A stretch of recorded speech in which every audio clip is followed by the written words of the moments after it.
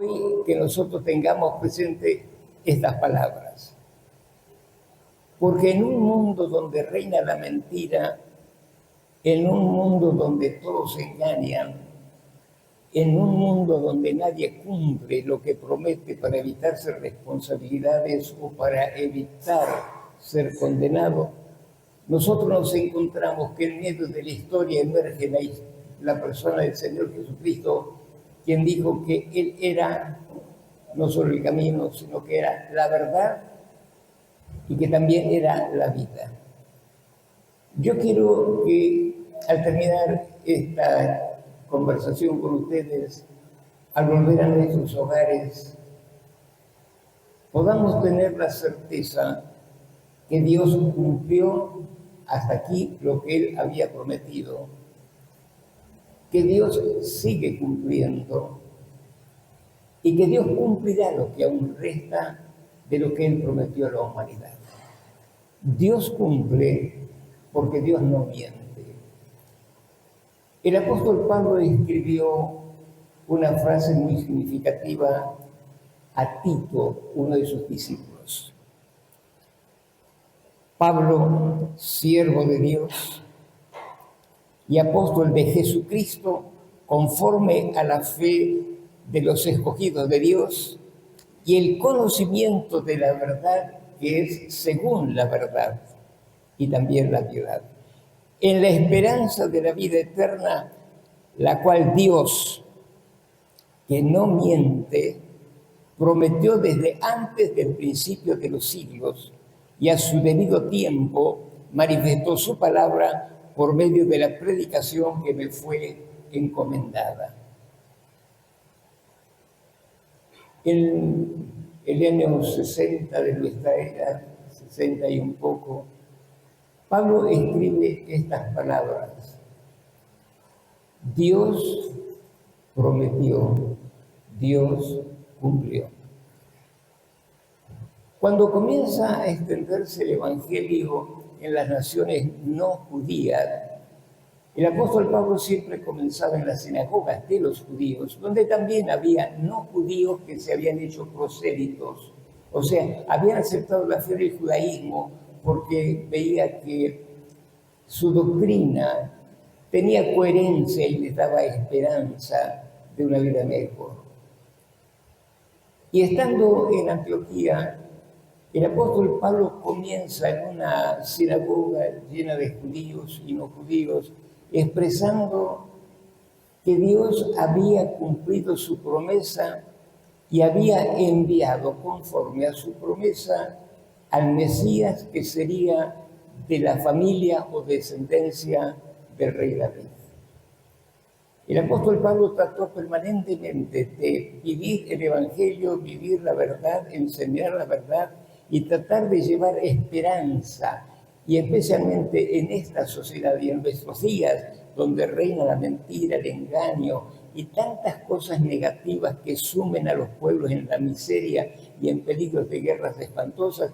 En este tiempo, como nunca, tenemos que tener la certeza de que Dios no miente y Él va a cumplir. Pero por otro lado, lo importante es que nosotros pensemos que la principal promesa que Dios hizo fue nada menos, como ustedes saben, que en el huerto del Edén. A partir de allí, y según algunos estudiosos, Dios hizo más de 8.000 promesas a la humanidad. Todas las promesas que Dios hizo siempre están basadas en una inicial, que fue allí en el huerto del Edén, cuando nos dice el relato bíblico que viviendo en una situación maravillosa, Adán y Eva desobedecieron a su Creador. Cuando Adán y Eva desobedecieron al Creador, descubrieron su desnudez y se confrontan con aquel que les había advertido, porque Dios no miente, ustedes tendrán, y esto es importante que recordemos, Dios prometió que no morirían. O sea, Adán y Eva tenían inmortalidad, pero no vida eterna y espiritual, como vamos a ver que tenemos aquellos que hemos aceptado la promesa del Padre en la persona del Señor Jesucristo.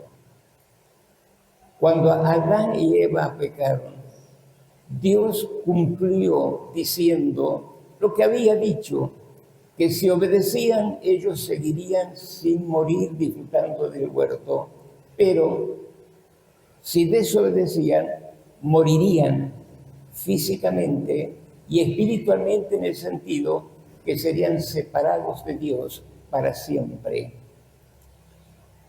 Pero en medio de esta declaración real y dramática, Dios le dice a la serpiente, estando allí la mujer como la que había incitado a su esposo a la desobediencia del Creador, de que del fruto de la descendencia de la mujer, y es interesante, dice de la mujer, habría de venir alguien que heriría a la serpiente, a Satanás en la cabeza, pero que la serpiente habría de herir el calcañar, la pierna de un descendiente.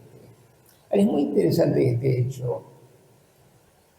Dios no le dijo a Adán y Eva, los dos desobedecieron, por lo cual de la descendencia de ustedes dos vendrá alguien que va a rescatar a la humanidad. Con su sacrificio, Él redimirá a la humanidad. No dijo eso. Y es interesante lo que nosotros encontramos y que hemos leído tantas veces. Cuando nosotros recordamos que Dios comienza a cumplir su promesa en el cumplimiento de sus tiempos, ¿cuánto tiempo pasó entre la promesa que le hizo Dios a Eva y Adán y que los expulsó del huerto y la venida de Jesús? No sabemos exactamente.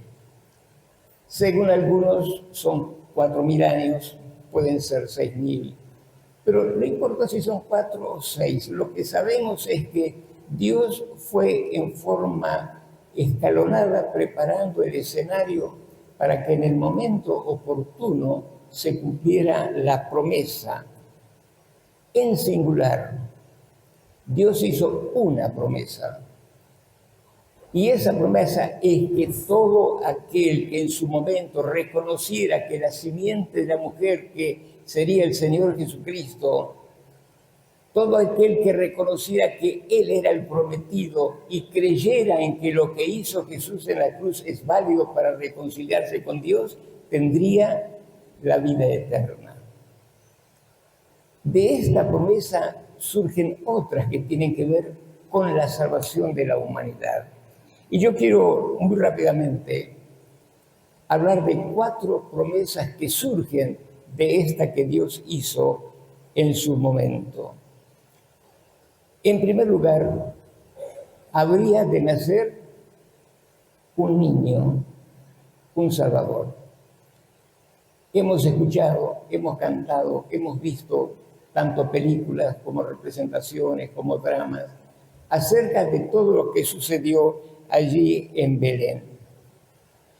Y lo que nosotros notamos es que en ese cumplimiento, ahora no les quiero complicar la vida, pero ustedes pueden pensar por un momento cómo el creador del mundo, que nada ni nadie puede contener, habría de nacer en un bebé a los efectos de vivir una vida ejemplar y morir como la única posibilidad de salvarnos a cada uno de nosotros. Juan escribe: en el principio era el verbo y el verbo era con Dios y el verbo era Dios. Ese verbo es Jesús. Quiere decir que Dios mismo, en la persona del Hijo, asume una personalidad, un envase, un cuerpo humano. La pregunta es esta: ¿cómo podría Dios entrar en la humanidad Y solamente había una manera. El ángel se apersona a una joven virgen judía, no era una santa, era una joven correcta, que se había comprometido con José, pero que todavía no se habían casado formalmente, por lo cual no convivían. Era virgen realmente. Y cuando ella se sorprende del anuncio de ese ser angélico que le dice que iba a ser madre, pero ¿cómo? La respuesta de Dios la dejó perpleja. ¿Quién engendraría el óvulo de María? El Espíritu Santo de Dios. Hoy por hoy la técnica logra cosas extraordinarias y también muy cuestionado éticamente en relación a la fertilización artificial. Pero en este caso, nosotros tenemos que Dios mismo hace el milagro de fecundar. O sea, María pone con su óvulo el cuerpo humano de Jesús. Jesús fue un hombre como cualquiera de nosotros. Hablo genéricamente, hombre-mujer. Pero la vida que daba impulso, que daba gracia, conocimiento, sabiduría y poder, era Dios mismo. Y es muy importante que entendamos esto. Jesús es Dios hecho hombre. Pero no es que Dios dejó de ser Dios para hacerse hombre, sino que Dios en ese acto misericordioso estuvo dispuesto a que por el Espíritu Santo ese Dios se revistiera de humanidad y viviera con las limitaciones y los problemas que tenemos todos los seres humanos. De hecho, como veremos y sabemos, el Señor Jesús murió porque ese era el destino de su venida. Y allí tenemos nosotros que los ángeles anuncian este milagro. Y María, en un sentido representando a Eva en el sentido de la responsable de tentar a su marido para que desobedezcan a Dios y entre toda la historia terrible del pecado.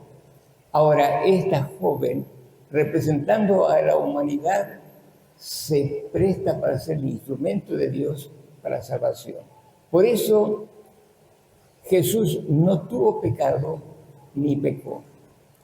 Todo niño que nace hermoso, ¿no? Qué cosa que alegra a los bebés. Sin embargo, toda criatura que nace hoy, nace con una naturaleza pecaminosa. ¿Por qué? Porque es transmitida a través de la relación matrimonial, donde un hombre y una mujer engendran una nueva vida, pero esa nueva vida los representa a ellos.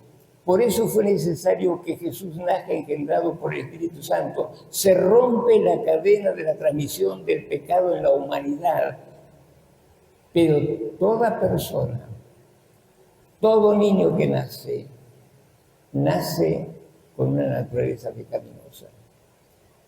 Y es importante que esto lo entendamos, porque algunos dicen, no, yo no hice mal a nadie, yo tengo una vida normal, no he matado a nadie, no he robado, no he hecho esto. Bueno, no es cuestión de lo que usted hizo o no hizo. Usted es pecador porque nació así, nació con esa naturaleza.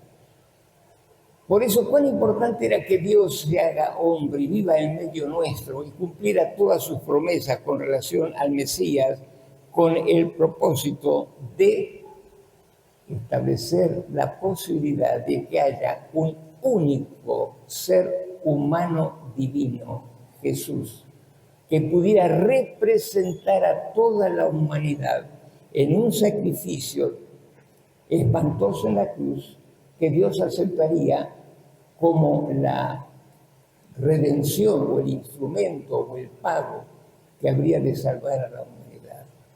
Y nosotros vemos todos los paisajes y todas las distintas representaciones.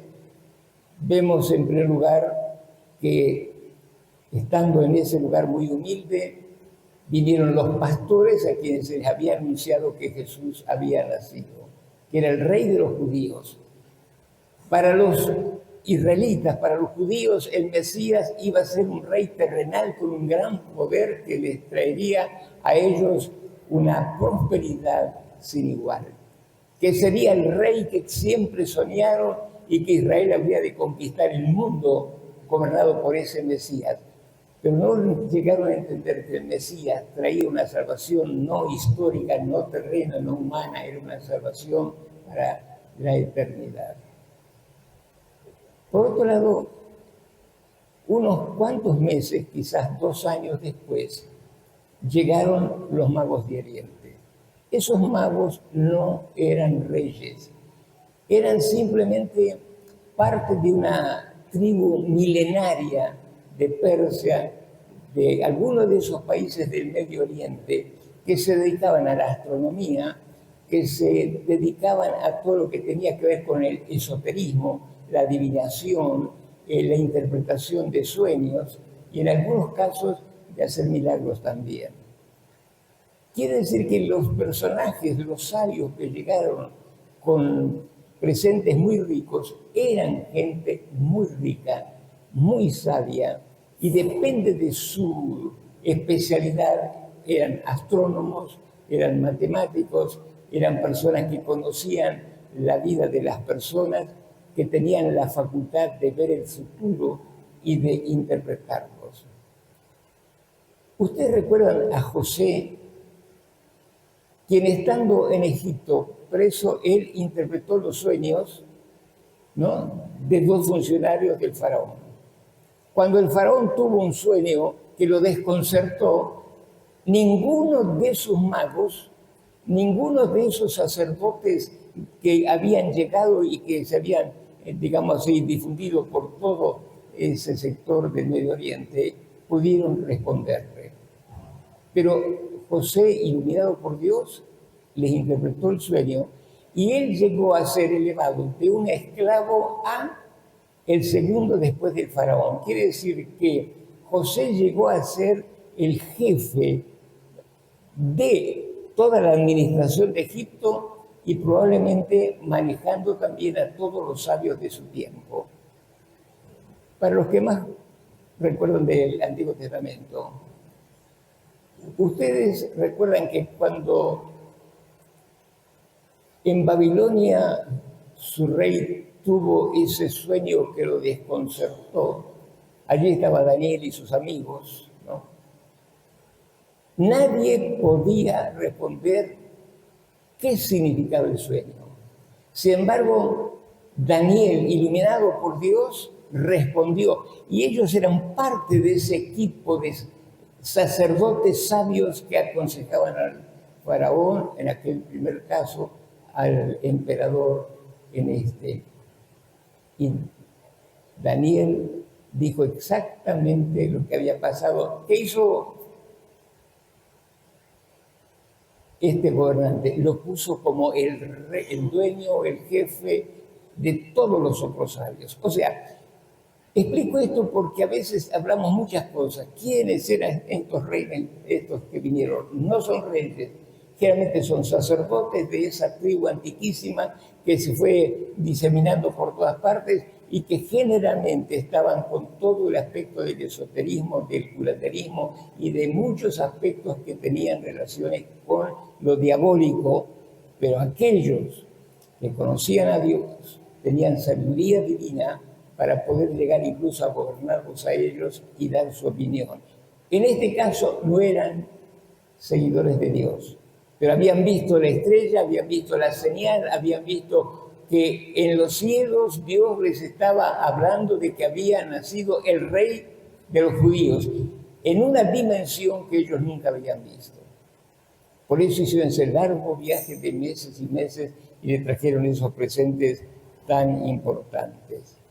Ahora, el Señor Jesús nació en Belén. Nació como cualquier niño. Y qué interesante es ver que Dios le había dicho a Eva que iba a tener familia con dolores de parto, y es algo que ha seguido a través de la historia. Y esta joven, ya casada, tuvo a su niño. Y corre el tiempo.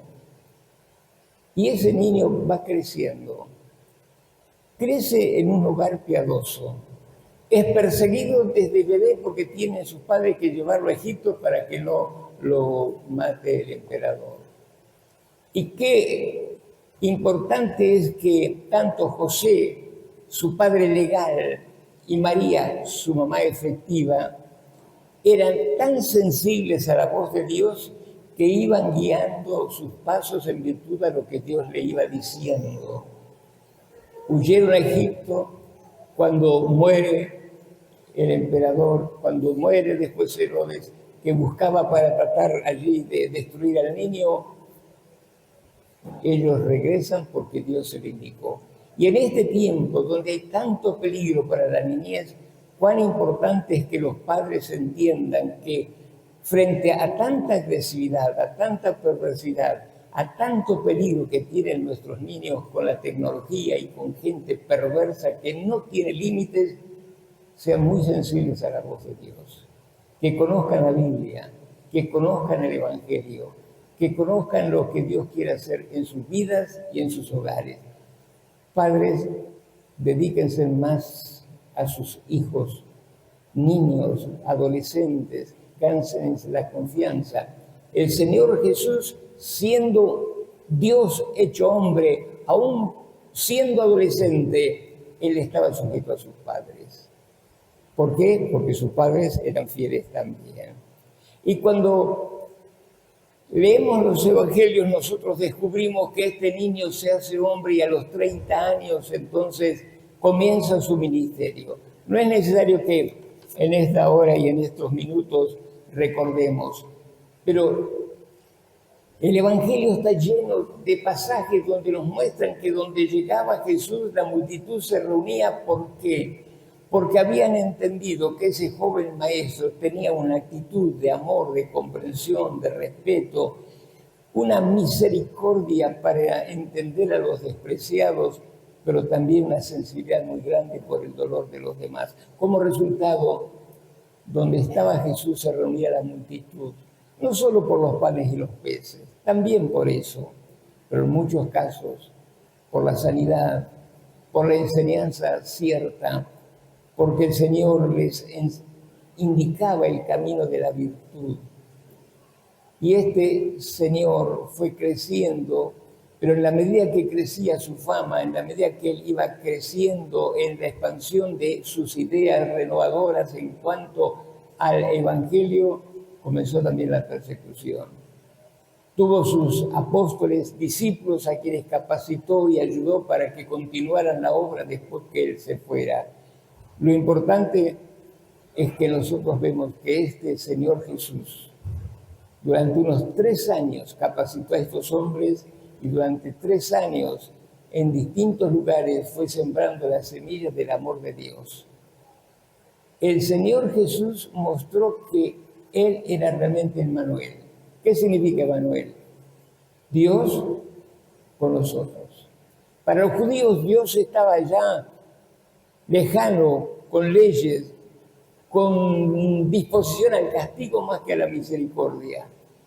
Pero de pronto ellos descubren que Dios estaba entre ellos, en la persona de ese joven, con un poder y una autoridad que nunca usó para beneficiarse a sí mismo. Y luego, cuando llega el momento, porque ustedes descubrirán que en distintas partes dice que cuando fue el tiempo, cuando llegó el momento de Dios, el Señor Jesús fue realizando distintas acciones. Y llega el momento cuando Él debe morir por la humanidad.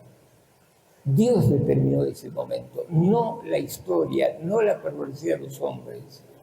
Y nosotros vemos cómo en la última semana que recordamos en la llamada Semana Santa, el Señor Jesús entra a Jerusalén, entró en un borrico, en un burrito, que era el animal que usaban los reyes cuando entraban en una ciudad enemiga en son de paz. Si el Señor Jesús hubiera querido entrar como un guerrero para conquistar al Imperio Romano, hubiera entrado en un caballo con todo el equipaje propio de emprender una batalla. Pero él vino en son de paz. y la gente lo aclamó. Y esto generó el odio y el rencor de los sacerdotes y de los gobernantes de su tiempo, que resolvieron matarlo. Y nosotros sabemos que previo a ese hecho que tanto conocemos, Jesús tuvo la última cena, la última Pascua con los suyos. Y allí él revela que uno de sus discípulos le traicionaría y que todos lo abandonarían. Bueno, todos dijeron, jamás. Estamos pasando un tiempo muy difícil. Hoy leí una noticia que en otros países, especialmente en Oriente, musulmanes, están entrando guerrilleros con armas automáticas y matan a todos, ¿no? ¿Qué pasaría si de pronto entran 3 guerrilleros con ametralladoras?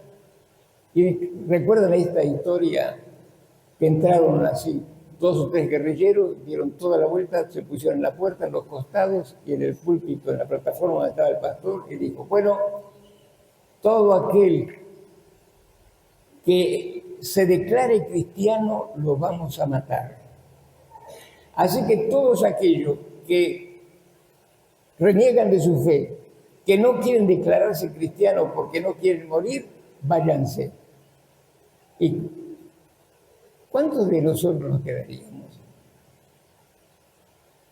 Finalmente quedaron como 10 o 15. Y los guerrilleros dijeron, bueno, pastor, estos son los únicos que sirven, así que sí que ha trabajado con ellos y se fueron. Bueno, es una historia, pero es para pensar. A veces nuestra fe es muy cómoda, es muy tranquila y no estamos dispuestos a luchar por nuestras convicciones. Y por eso mentimos, por eso hacemos cosas que no corresponden, para no perder espacio político o de cargos o de trabajos. Por eso yo quiero que en esta hora vayamos pensando en nuestra propia vida en relación a la Navidad. La Navidad es una fiesta que recuerda que vino el Señor Jesús para vivir una vida admirable y morir por cada uno de nosotros. Eso es lo que recordamos. Pero también nos recuerda la Navidad que el Señor Jesús vino sabiendo que su destino era la cruz. Y allí, en Getsemaní, el Señor tiene su última confrontación con el Padre. ¿Y qué le dice? Dios mío, si es posible, pasa de mí este vaso, pero no se haga mi voluntad sino la tuya. ¿Cómo sería la angustia del Señor sabiendo que toda la inmundicia del pecado y la perversidad de la gente a través de la historia sería cargada sobre Él? El problema de Jesús no era morir físicamente. La angustia de Jesús era que Él en ese momento se transformaría en el objeto del juicio divino por el pecado de toda la humanidad, como efectivamente sucedió. Y sabemos que todos se fueron, sabemos que Pedro lo siguió hasta el pretorio donde estaban juzgando a Jesús, pero sin embargo cuando lo confrontaron, ¿qué hizo Pedro? También le negó. Y yo espero que en esta Navidad una de nuestras promesas, si queremos usar esto, al Señor es, Señor, yo voy a ser fiel. Y no como los apóstoles, Señor, yo no te voy a abandonar. Que el Señor nos dé la convicción que tenemos que tener un compromiso real y verdadero. Pero quiero terminar con algunos pensamientos. Uno de ellos es que el Señor, mientras iba yendo hacia la cruz, cuando ya estaba crucificado, la gente, los soldados, todos, incluso los reos, se burlaban de él. ¿Qué le decían? Si eres realmente el Hijo de Dios, sálvate a ti mismo. Ahora, ¿Jesús podía salir de la cruz? Sí. Tenía el poder. Pero si él salía de la cruz, habría fracasado la misión del amor de Dios. y todos nosotros no tendríamos ninguna esperanza. El Señor fue hasta última instancia en el costo de aquella promesa inicial que hizo Dios a Eva. Y aquí vemos dos cosas en cuanto a la cruz. Había dos ladrones, ¿recuerdan? Uno se burlaba, el otro empezó a burlarse, pero de pronto dijo, no, ¿cómo vamos a estar nosotros burlándonos de este hombre que ningún mal hizo? Sí, nosotros merecemos estar acá en la cruz, pero él no. Y se vuelve a Jesús. ¿Y qué le dice? Señor, cuando vengas en tu reino, acuérdate de mí. ¿Qué le dijo Jesús? Hoy estarás conmigo en el paraíso. Ahora, ¿cuánto tiempo más estuvo Jesús vivo?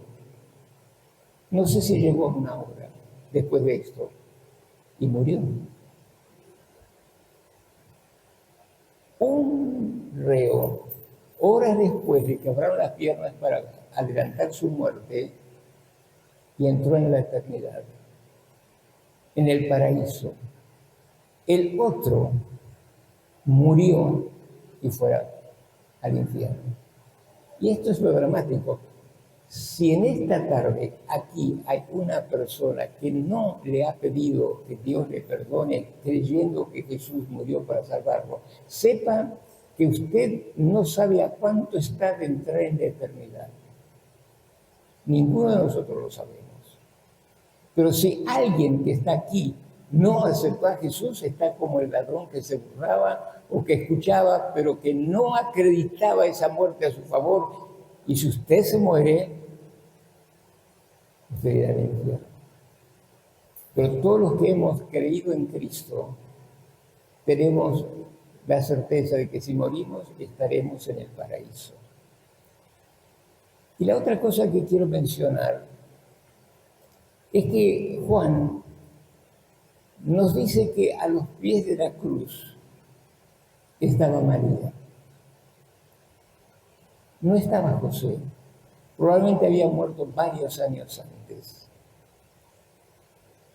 La joven virgen que asume la responsabilidad de ser la depositaria de la promesa de Dios, ahora quizás con 50, 55 años, estaba a los pies de la cruz viendo a su hijo agonizar.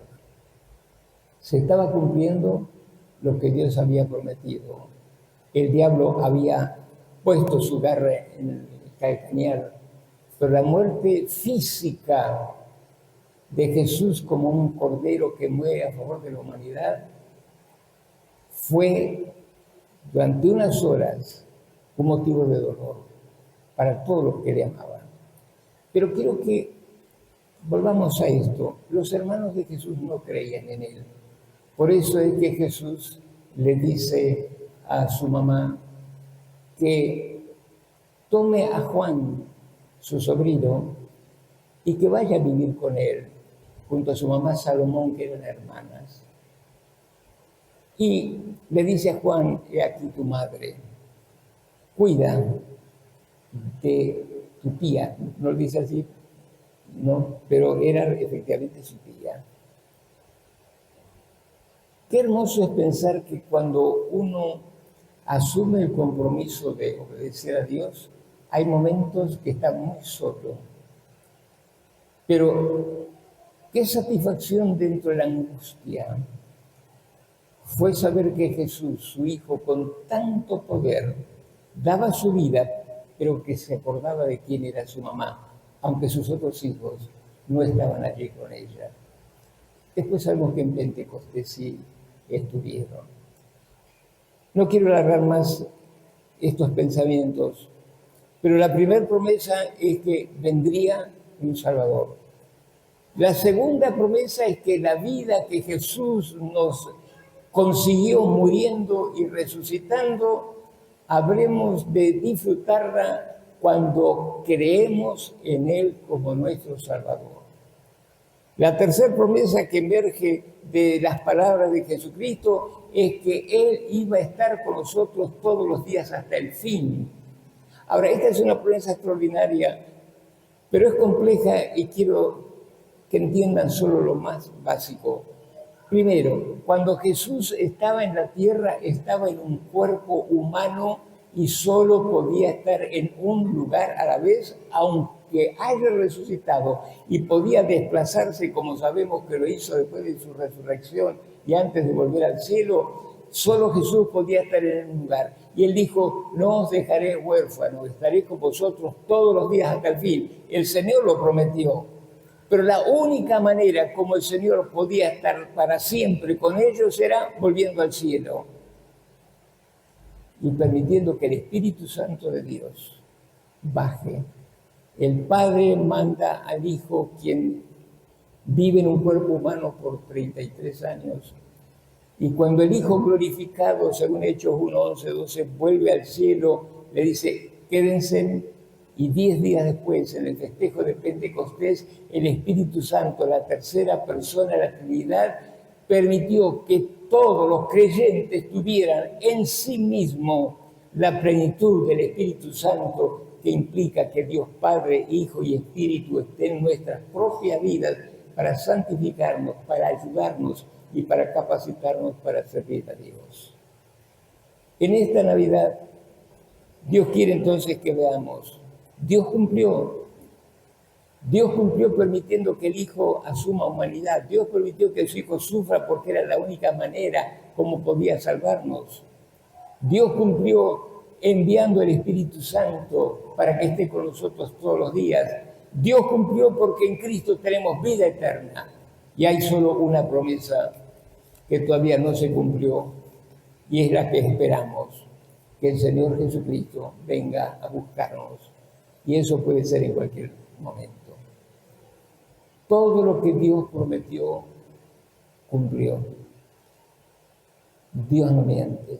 Y como nos comentaba el pastor en los estudios anteriores, nosotros vemos que las promesas de Dios a veces son condicionales.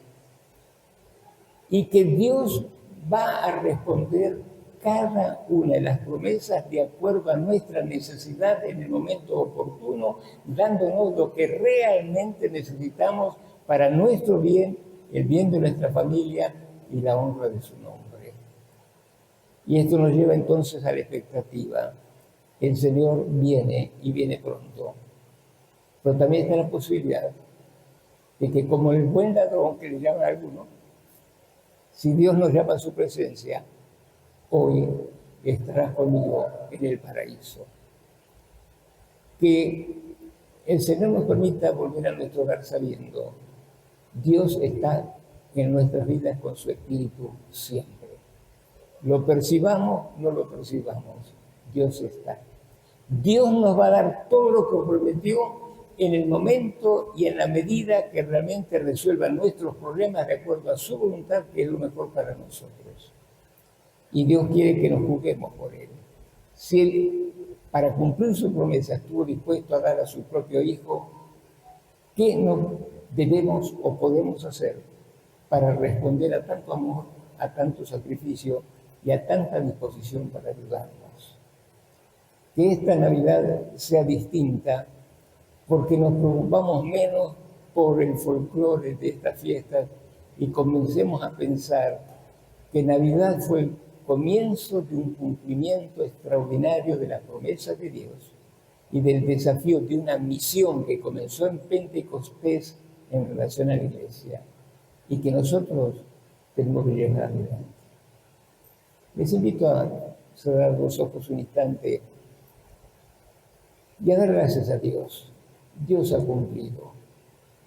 Quizá alguno está examinado porque esperaba otra cosa de la vida o alguna otra respuesta, pero si lo que usted tiene en lo que Dios le dio es porque es eso lo que usted necesita en este momento y que nada lo desanime y pueda seguir avanzando por el camino de la fe.